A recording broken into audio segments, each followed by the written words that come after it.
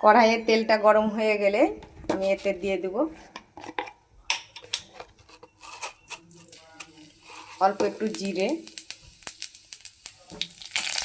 জিরেটা যখন লাল হয়ে যাবে তারপরে এখানে আমি অ্যাড করব কুচি করে গ্রেট করে রাখা পেঁয়াজ, যেটা আলুর টেস্টটাকে বাড়িয়ে দিবে, খুব সুন্দর লাগবে। এভাবে করে খানিকক্ষণ নাড়াচাড়া করতে থাকবো। পরে পেঁয়াজ এরকমভাবে যখন লাল হয়ে যাবে তারপর এতে দিয়ে দিব আমি 1 চামচ আদা রসুনের পেস্ট। তারপরে আবার একটু নাড়তে থাকবো যতক্ষণ না এর আদা রসুনের গন্ধটা চলে যাচ্ছে। ওই এভাবে কিছুক্ষণ নাড়তে থাকবো।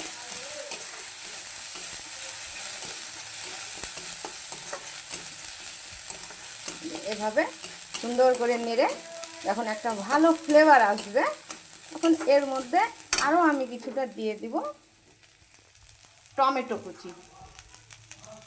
এই যে টমেটো কুচিটা দিয়ে দিব, আরও খানিকক্ষণ নাড়াচাড়া করব যতক্ষণ না টমেটো থেকে জলটা ছেড়ে দেয়। খানিকক্ষণ নাড়াচাড়া করেই দেখবেন টমেটো থেকে জল ছাড়ছে। যখন টমেটো থেকে জলটা ছাড়বে তারপরে এতে আমি দেখতে পাচ্ছেন টমেটোটা যখন এই টাইপের নরম হয়ে আসবে এতে আমি দিয়ে দেব সেদ্ধ করা আলুগুলো। এই যে আলুগুলো, সেদ্ধ করা আলুগুলো দিতে থাকবো।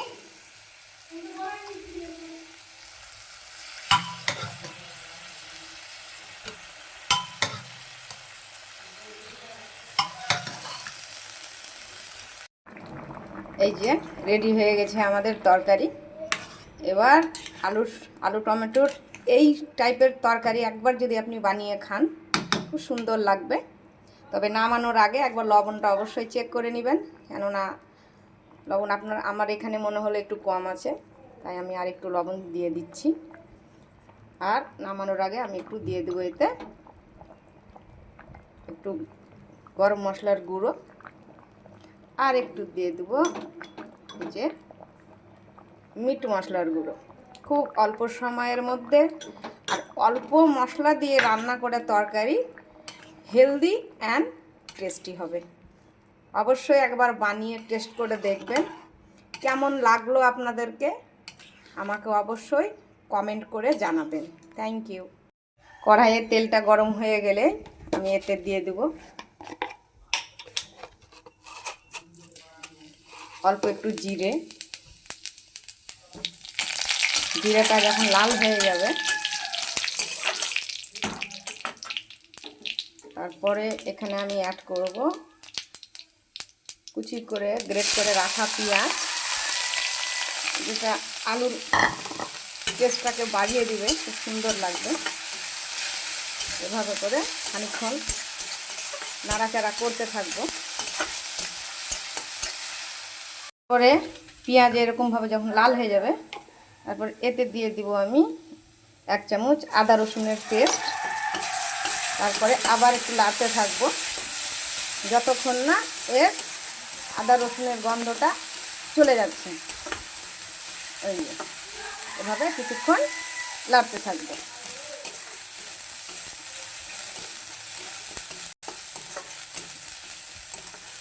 এভাবে সুন্দর করে নেড়ে যখন একটা ভালো ফ্লেভার আসবে তখন এর মধ্যে আরও আমি কিছুটা দিয়ে দিব টমেটো কুচি। এই যে টমেটো কুচিটা দিয়ে দিব, আরও খানিকক্ষণ নাড়াচাড়া করব যতক্ষণ না টমেটো থেকে জলটা ছেড়ে দেয়। খানিকক্ষণ নাড়াচাড়া করেই দেখবেন টমেটো থেকে জল ছাড়ছে। যখন টমেটো থেকে জলটা ছাড়বে তারপরে এতে আমি এই যে রেডি হয়ে গেছে আমাদের তরকারি। এবার আলু টমেটোর এই টাইপের তরকারি একবার যদি আপনি বানিয়ে খান খুব সুন্দর লাগবে। তবে নামানোর আগে একবার লবণটা অবশ্যই চেক করে নেবেন, কেননা লবণ আমার এখানে মনে হলো একটু কম আছে, তাই আমি আর একটু লবণ দিয়ে দিচ্ছি। আর নামানোর আগে আমি একটু দিয়ে দেবো এতে একটু গরম মশলার গুঁড়ো, আর একটু দিয়ে দেবো এই যে মিট মশলার গুঁড়ো। খুব অল্প সময়ের মধ্যে আর অল্প মশলা দিয়ে রান্না করে তরকারি হেলদি অ্যান্ড টেস্টি হবে।